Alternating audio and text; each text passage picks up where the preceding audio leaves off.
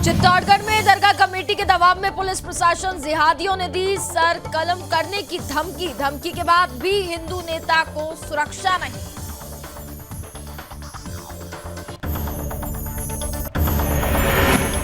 Sudarshan news की खबर का बड़ा असर। मुजफ्फरनगर में स्वास्थ्य विभाग ने की बड़ी कार्रवाई। 41 अवैध हॉस्पिटल को कर दिया सील। 33 अवैध नर्सिंग होम को भी जारी किया गया नोटिस।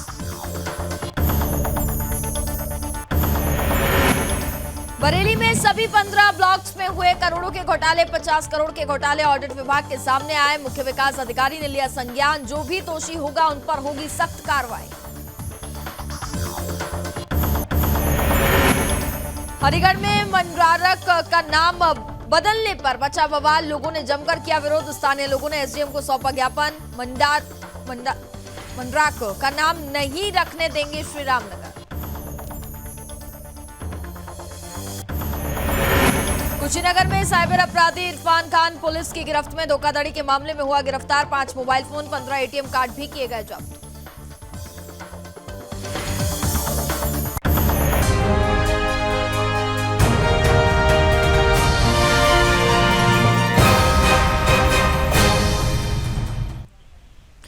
नमस्कार, मैं हूं आपके साथ कनिका अरोरा और आप देख रहे हैं सुदर्शन न्यूज। बुलेटिन की शुरुआत करेंगे इस वक्त की बड़ी खबरों के साथ। पहली खबर उत्तर प्रदेश के मुजफ्फरनगर से है, जहां सुदर्शन न्यूज की खबर का बड़ा असर हुआ है और मेडिकल जिहाद के खुलासे के बाद अब स्वास्थ्य विभाग ने सुदर्शन न्यूज की खबर का संज्ञान लेते हुए 43 फर्जी अस्पतालों को सील कर दिया गया है। दरअसल सुदर्शन न्यूज द्वारा मेडिकल जिहाद के नाम से खबर चलाई थी। हमारी टीम के द्वारा यह भी दावा किया गया था कि जनपद में सैकड़ों फर्जी अस्पताल मुसलमानों के द्वारा चलाए जा रहे हैं, जिनके पास कोई डिग्री नहीं है। इस खबर का संज्ञान लेते हुए पूरे जनपद में चेकिंग अभियान चलाया जा रहा है, जिसमें से अभी तक 43 अस्पताल फर्जी पाए गए हैं, जिनको स्वास्थ्य विभाग द्वारा सील कर दिया गया है।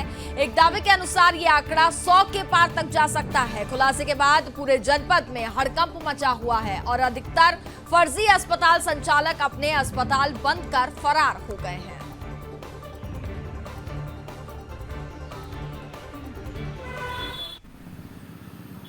सुदर्शन न्यूज की हमारे ज़िले में जो टीम कार्य कर रही है, मैं उन्हें बहुत शुभकामनाएं बधाई देता हूं, क्योंकि उन्होंने अपनी जान पर खेल कर जो ये जनहित में, समाज हित में जो ये कार्य किया है और ये जो मेडिकल चिकित्सा जिहाद चल रहा था, इसका जो खुलासा सुदर्शन न्यूज़ की टीम द्वारा किया गया है, उसी को आधार मानते हुए प्रशासन ने बड़े स्तर पर कार्रवाई की है।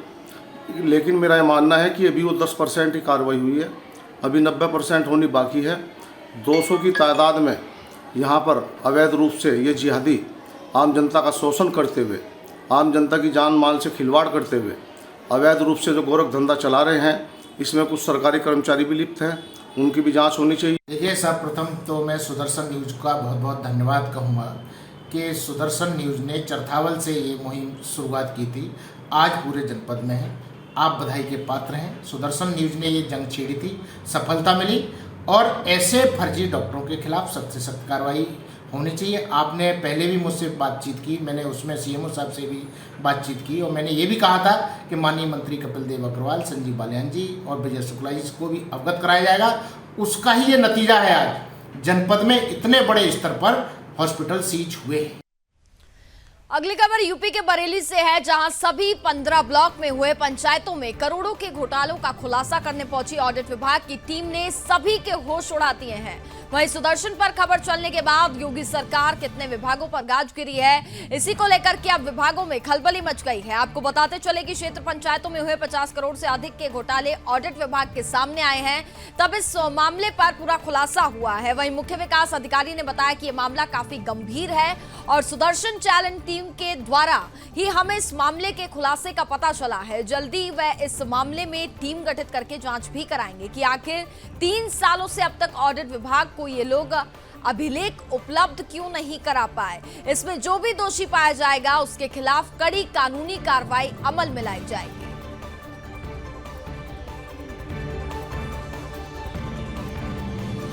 जितना भी सरकारी कार्य होता है उसका समयबद्ध सीमा में थर्ड पार्टी से ऑडिट करवाया जाता है और ऑडिट में जो भी कमियां निकलती हैं उसके आधार पर उसका कंप्लेंस कराया जाता है। अगर किसी कार्य में गुणवत्ता में या फिर किसी मानक में कमी मिलती है, उसी के हिसाब से संबंधित व्यक्ति के विरुद्ध रिकवरी हो या फिर अन्य प्रकार के जो उनके विश्लेषण होते हैं उनका कंप्लेंस कराया जाता है। जैसा कि आप कह रहे हैं किस प्रकार का मामला मिला है, इस टीम शीघ्र ही ऑडिट विभाग से और उन रिपोर्ट का तत्काल तलब करके कि क्या आपत्तियां थी और उन आपत्तियों का निराकरण किस प्रकार किया गया, ये पूरी तरीके से देखा जाएगा ताकि जो ऑडिट की आपत्ति।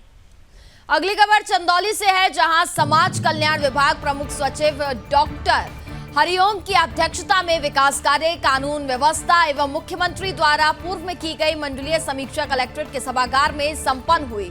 बैठक के दौरान प्रमुख सचिव ने अधिकारियों को निर्देशित करते हुए कहा कि मुख्यमंत्री एवं मंत्रीगणों द्वारा पूर्व में जो भी निर्देश दिए गए थे उनका अनुपालन सुनिश्चित हो और विकास कार्यों की समीक्षा बैठक के दौरान प्रमुख सचिव के नौबतपुर में निर्माणाधीन मेडिकल कॉलेज की शीघ्र पूर्ण करा करके हैंडओवर कराने का भी निर्देश दिया है। उन्होंने पेयजल योजनाओं को भी पूरी क्षमता के साथ संचालित कराए जाने के निर्देश जल निगम के अधिशासी अभियंता को दिए हैं। महिला अपराधों पर लगे प्रभावी नियंत्रण समीक्षा बैठक के दौरान उन्होंने कहा कि अपराधियों के खिलाफ कड़ी कार्रवाई करने और महिला अपराधों पर प्रभावी नियंत्रण के साथ ही गैंगस्टर एक्ट में नियमानुसार कार्रवाई करने के भी निर्देश दिए।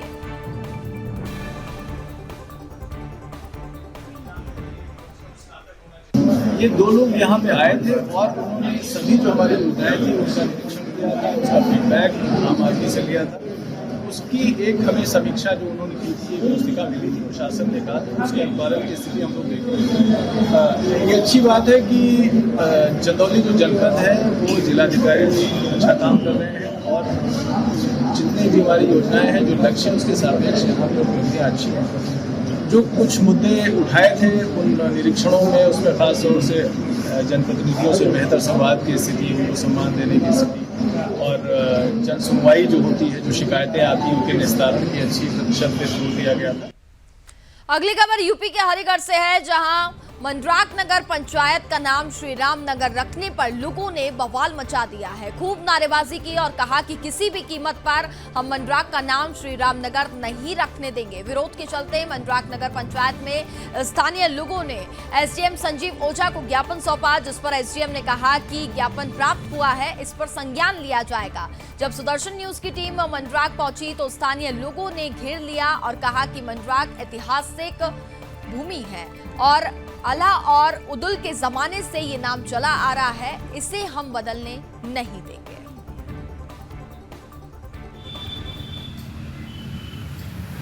ये आपका जो ज्ञापन मुझे प्राप्त हुआ है, इस ज्ञापन को मैं जहां संबंधित जगह पे जाना चाहिए, इसको मैं संबंधित जगह पे भिजवा दूंगा और निर्णय ईश्वर करेगा तो ठीक है, आना चाहिए। कहना है कि यहाँ पर जो मंडराक का नाम श्री रामनगर ना होने पाए, आप बताइए क्यों ना होने पाए? एक बात मैं बता दूं, यहाँ मंडराक पृष्ठभूमि के मेरे फादर 11 साल लगातार प्रधान रहे। उस टाइम से लेकर और उससे पहले पूर्वज आए। हमारे यहाँ रेलवे स्टेशन है, इसको मंगलायतन वालों ने जो जैन साहब ने इसका मंगलायतन करने का बहुत प्रयास किए कि मंगलायतन, लेकिन क्यों कि मंडराक हमारे पूर्वजों ने वो जमीन दी थी और आज भी 13 किलोमीटर दूर है, लेकिन मंडराक के नाम से स्टेशन है। ये मंडराक है कौन? मंडराक का कोई क्या इसकी ऐतिहासिक यहाँ का सर ये किसी टाइम पर मानवगढ़ से प्रसिद्ध था। अच्छा। यहाँ आला उदल की जो लड़ाई हुई है उसकी भी जगह बनी हुई है। मानवगढ़ से ये मंडराक बना है, तो इसलिए इतने बड़े आप भी जानते होंगे आला उदल आज के टाइम पर नहीं हुए, ये काफी पुराने इसका है। ऐसे ही हमारी मस्जिद बनी हुई है, ये भी ऐतिहासिक मस्जिद में इनकी गिनती आती है। आप एएम उनके जो है वहाँ जो रखे हुए हैं अब से, उनमें जाके आप देख सकते हो कि कितनी पुरानी हमारी मस्जिद है। तो ये भी मंडराक के नाम से देखिए जो लोग भ्रामक प्रचार कर रहे हैं, मैं उनको बता दूं कि मंडराक जो ये लोग चाहते हैं कि इसका नाम चेंज ना हो, इसके पीछे इनका कहना है कि आला और उदल जो पृष्ठभूमि है, जो इनकी पुरानी पृष्ठभूमि है, इसको ये चाहते हैं कि ये ना बदले। इसके कारण ये चाहते हैं कि श्री रामनगर इसका नाम ना हो, मंडराक ही इसका नाम रहे। ग्रुप जर्नलिस्ट नितिन कुमार के साथ दिवाकर दीक्षित, सुदर्शन। गोरखपुर शहर के रहने वाले डॉक्टर को जान से मारने की धमकी मिली है। धमकी से डरे डॉक्टर ने अज्ञात मोबाइल नंबर धारक के खिलाफ जान से मारने की धमकी देने का मुकदमा दर्ज कराया है। दरअसल ये मामला सरदारनगर क्षेत्र का बताया जा रहा है, जहां अज्ञात आरोपी ने कहा कि स्वास्थ्य विभाग की छापेमारी नहीं रुकी तो आपकी हत्या हो सकती है। फोन करने वाले व्यक्ति ने अपना नाम राजीव पांडे बताया था। डॉक्टर की तहरीर पर चोरी चोरा पुलिस ने केस दर्ज कर लिया है और एक अन्य आरोपी को हिरासत में ले लिया है। पुलिस सर्विलांस की मदद से पुलिस धमकी देने वाले के बारे में जानकारी जुटाने में फिलहाल लगी हुई है।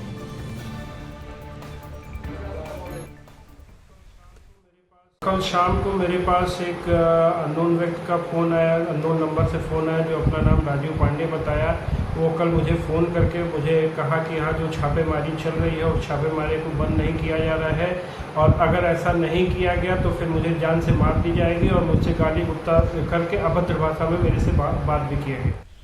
अगली खबर यूपी के जलेसर से है, जहां मां गायत्री आर्य कन्या महाविद्यालय में न्याय राज्य मंत्री एसपी सिंह बघेल द्वारा भारत के प्रधानमंत्री नरेंद्र मोदी के जीवन पर लिखी किताब मोदी एट द रेट का विमोचन किया गया। इस पर बोलते हुए बघेल ने कहा कि मोदी जी के ऊपर लगभग 1000 किताबें लिखी गई हैं, लेकिन ये सबसे अलग है क्योंकि इसमें हर छोटी बड़ी बात की चर्चा की गई है।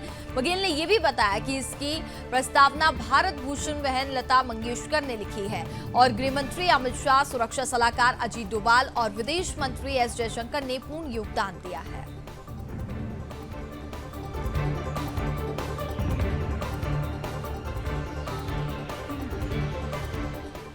अगली खबर यूपी के कुशीनगर से है, जहां पुलिस ने एक शातिर साइबर अपराधी इरफान खान उर्फ कल्लू को गिरफ्तार कर लिया है। आपको बता दें कि वो एटीएम मशीन से पैसे निकालने आए ग्राहकों को टारगेट करता है और उनका पासवर्ड बातों में उलझा करके देख लेता था और एटीएम धोखाधड़ी से बदल भी देता था। और वहीं आपको बता दें कि एटीएम से पैसा निकाल करके अवैध धन अर्जित करता था।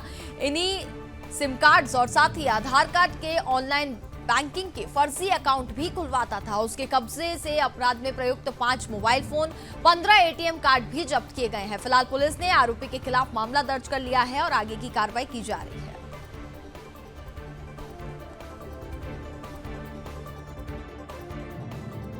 जनपद कुशीनगर के अंतर्गत थाना कोतवाली और साइबर सेल ने एक सराहनीय कार्य करते हुए एटीएम कार्ड के माध्यम से साइबर फ्रॉड और धोखाधड़ी करने वाले एक व्यक्ति को गिरफ्तार किया है। इसका नाम इरफान खान है, जो चित्रकूट का निवासी है और इसके ऊपर उत्तर प्रदेश के विभिन्न जनपदों में मुकदमे पंजीकृत हैं, जिसमें पीलीभीत और कुशीनगर के मुकदमे हमें प्राप्त हो गए हैं। इस व्यक्ति के द्वारा विभिन्न लोगों से जब वो एटीएम में पैसा निकालने जाते हैं तो उनके द्वारा छल से उनका एटीएम कार्ड चेंज कर लेता है ये व्यक्ति और उनका पासपोर्ट देख लेता है, फिर दूसरे एटीएम में इस तरह से जाकर ये पैसा निकालते हैं। इसके अलावा ये एटीएम का क्लोन करने का भी कार्य करते हैं।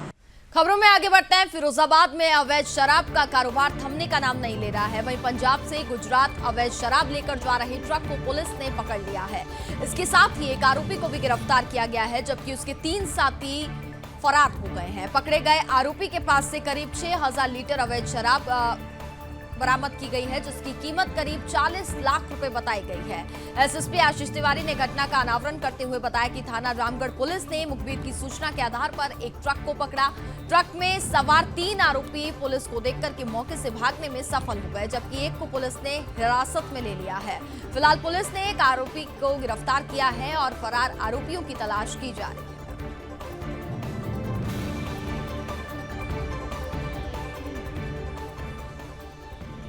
ऑपरेशन पाताल के अंतर्गत में, क्योंकि अभी मादक पदार्थ और शराब वगैरह पे जो है लगातार सरकार का अभियान चल रहा है, तो इसमें आज 6000 लीटर शराब जो है लगभग 40 लाख रुपए की, जो हरियाणा और पंजाब से अवैध तस्करी करके गुजरात लेके जाई जा रही थी, उसको पकड़ा गया है।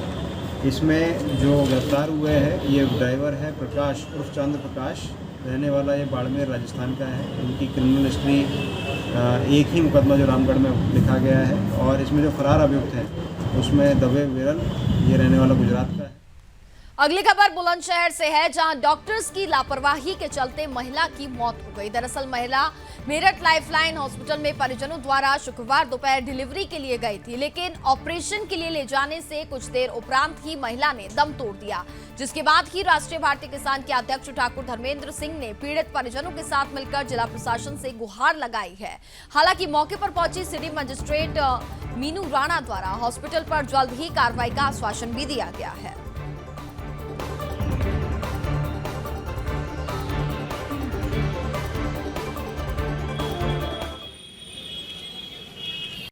बुलंदशहर में एक दग्गा मार तरीके का हॉस्पिटल है निरफ लाइफ लाइन, जो लोग सरकारी अस्पताल के पास लग जाते हैं और लोगों को बहका के और उनकी तारीफ कर करके उनको अपने हॉस्पिटल में लेके आते हैं। निरफ लाइफ लाइन वाले डॉक्टरों ने सोनम नाम की महिला भर्ती कराई जो बच्चा पैदा होने के लिए, और उस समय डिलीवरी के समय में उस महिला की मृत्यु हो गई और ये कहते रहे कि इसको हम रेफर कर रहे हैं, आप दिल्ली ले जाओ।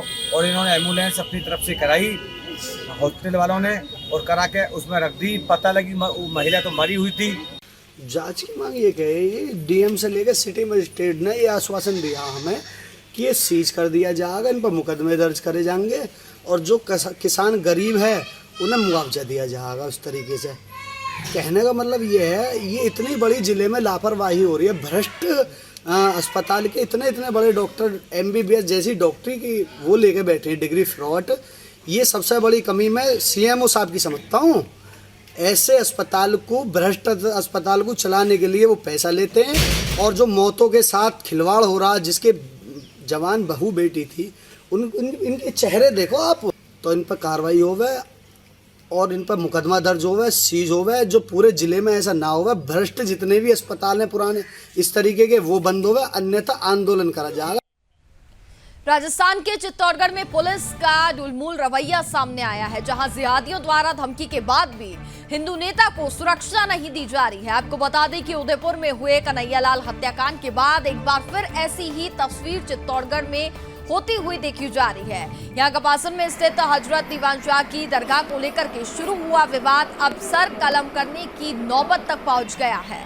दरअसल कपासन में बनी दरगाह के सालाना उर्स के दौरान प्रचार सामग्री में दीवान शाह को मेवाड़ का शहंशाह बताया गया, जिसको लेकर के हिंदू संगठनों ने विरोध किया। तो कुछ जिहादी मानसिकता वाले लोगों ने हिंदू युवक के साथ मारपीट की, जिसको लेकर के पुलिस ने कार्रवाई तो की, लेकिन हिंदू संगठन के जिला अध्यक्ष को मिल रही फोन पर धमकियों पर पुलिस कोई भी कार्रवाई करती हुई नजर नहीं आ रही है। अब देखना यह होगा कि पुलिस प्रशासन आरोपियों पर क्या कड़ी कार्रवाई करता है और इस मामले की गंभीरता को देखते हुए आखिरकार कब संज्ञान लेता है।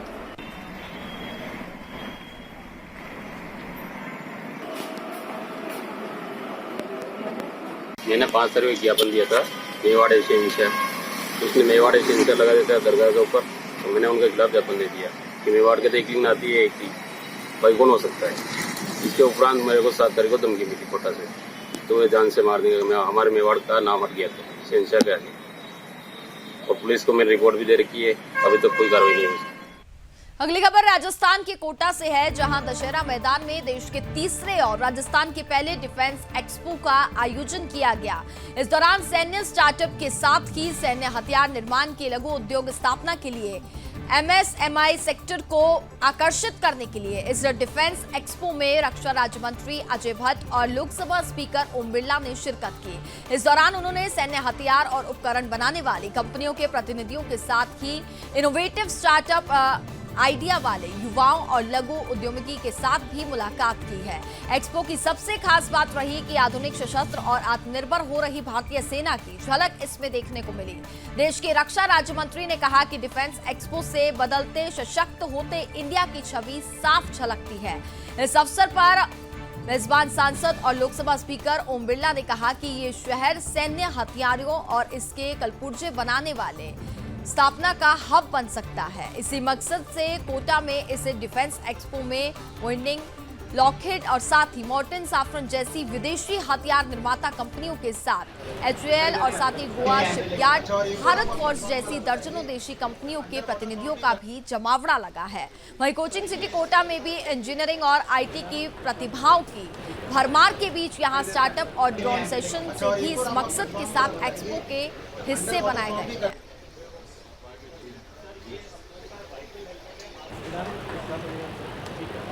सबसे बड़ी बात यह है कि हम आत्मनिर्भर भारत आज जो मोदी जी ने एक मंत्र दिया था उस पर बहुत आगे बढ़ गए हैं। आज विश्व में सारा विश्व हमारी तरफ देख रहा है। ऐसी ऐसी चीज़ें आज हमारी हैं, हमारी MSME बना रही हैं, हमारी DPSUs बना रहे हैं कि दुनिया के लोग हमारी ओर टकटकी लगा के देख रहे हैं कि भारत इतने आगे कैसे बढ़ गया है। हर क्षेत्र में हम आगे बढ़ गए हैं।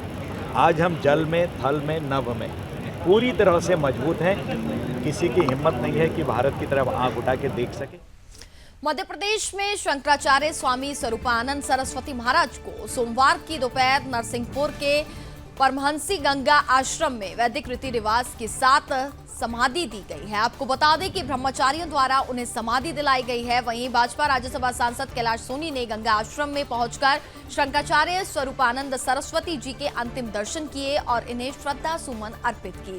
कैलाश सोनी ने मीडिया से बात करते हुए कहा कि स्वामी जी सनातन धर्म के ध्वजवाहक और हमारी संस्कृति मूल्यों के पोषक, योद्धा, सन्यासी थे, जिन्होंने देश की आजादी की लड़ाई लड़ी। उन्होंने लोगों को सन्मार्ग पर चलने की भी प्रेरणा दी है और गरीबों, जनजातियों, दलितों की सेवाओं के लिए भी हमेशा खड़े रहे। मुख्यमंत्री ने कहा कि ब्रह्मलीन शंकराचार्य स्वामी स्वरूपानंद जी का अंतिम संस्कार पूरे राजकीय सम्मान के साथ किया है। उन्होंने हमें जो राह दिखाई है, हम सभी उस पर चलने का विनम्र प्रयास करेंगे।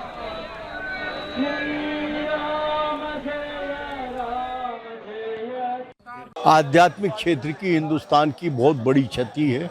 महाराज श्री अपने पूरे हिंदुस्तान में धर्म जागरण के लिए विख्यात हैं। उनके संस्कारों के सारे संत महात्मा यहाँ हैं। यहाँ भी अपने इस परिक्षेत्र में नेत्रालय 64 योगिनी की स्थापना, हमारे सांकल गुफा में आदि गुरुजी के गुरुजी का स्थान ये बनाना, असंख्य इतने काम हैं। उनके शिष्य के तौर पर ये 100 वर्ष की आयु पूरी करेंगे। मैं गौरवान्वित महसूस करता हूँ कि मैं जन्मभूमि मेरी यही थी।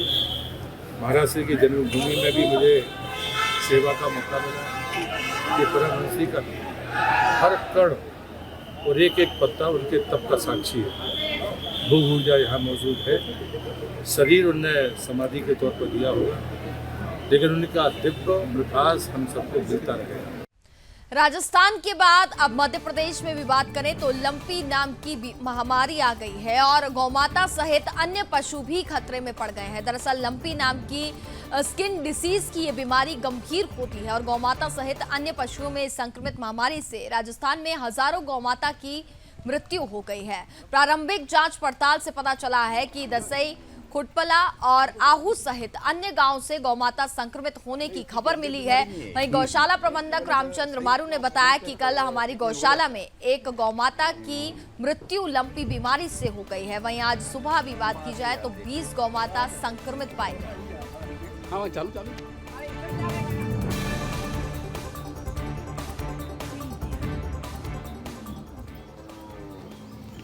हमने सर गौशाला में गाय को देखा। गाय अभी ऑफ फीड है, उसको हल्का फीवर भी है और उसमें नोडल्स स्किन पे बने हुए हैं। वो लग रहा है सस्पेक्टेड है LSD की, तो हमने उसका प्राथमिक उपचार कर दिया गया है। और ये जो बीमारी है वायरल बीमारी है और ये टिक से फैलती है या फिर अपने मक्खी मच्छर से फैलती है। और पशुपालकों में ये रोकथाम है तो ये बताना चाहूँगा कि वो अपने पशुओं को, जो स्वस्थ पशु है उनको घर पे नीम का धुआं करे, फीड करके पानी से नहलाएं। तो लंपी वायरस बीमारी काफी तेजी से फैलती जा रही है। राजस्थान के बाद जैसा कि अब जानकारी दी कि मध्य प्रदेश के धार में भी लंपी वायरस काफी तेजी से फैल रहा है। गौशाला प्रबंधन ने तत्काल संज्ञान लेते हुए तत्काल पशु चिकित्सक दिलीप गामड़ को अवगत कराया है और 5 डॉक्टर्स की टीम बना करके श्री कृष्ण गौशाला की संक्रमित गौमाता का उपचार कर दूसरी जगह आइसोलेट किया गया है। वहीं गौशाला में फिटकरी व नीम के पानी से छिड़काव किया गया। वहीं गौशाला साफ सफाई की भी मच्छरों के दवाई का भी छिड़काव किया जा रहा है। तो चलिए वहीं अब खबरों में आगे बढ़ते हैं। अगली खबर बिहार के बगहा से है, जहां सोमवार को खेत में सोहनी कर रही महिला पर बाघ ने हमला बोल दिया। मौके पर हुई वारदात में महिला की मौत को नींद सुला दिया गया, जिससे आक्रोशित होकर हजारों की संख्या में ग्रामीणों ने वन क्षेत्र कार्यालय का घेराव कर रेंजर रमेश श्रीवास्तव को तत्काल हटाने और इसके साथ ही मृत परिजन को उचित मुआवजा और सरकारी नौकरी देने की मांग पर अड़िग हो गए हैं। घेराव की सूचना पाकर मौके पर एसडीएम दीपक मिश्रा पहुंचे। वहीं किसी तरह की तोड़फोड़ और उपद्रव ना हो, उसके लिए काफी संख्या में पुलिस बल को भी तैनात किया गया था। ग्रामीणों का आरोप है कि इधर कुछ महीनों के अंदर एक एक करके कितनी जान बाघ ने ले ली है और वन विभाग कोई ठोस कदम आखिरकार क्यों नहीं उठा रहा है। आपको बताते चले कि टाइगर रिजर्व के डीएफओ नीरज नारायण भी उक्त स्थल पर पहुंचकर लोगों को समझाने बुझाने में घंटों लगे रहे, लेकिन ग्रामीण शव को वन क्षेत्र कार्यालय में रखकर अपनी मांगों पर अड़े हुए हैं।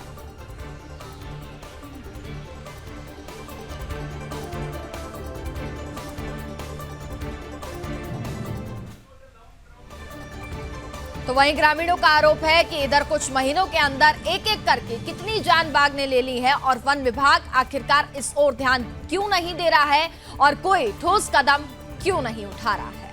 और इसी के साथ फिलहाल इस बुलेटिन में बस इतना ही। देखते रहिए सुदर्शन न्यूज। जय हिंद।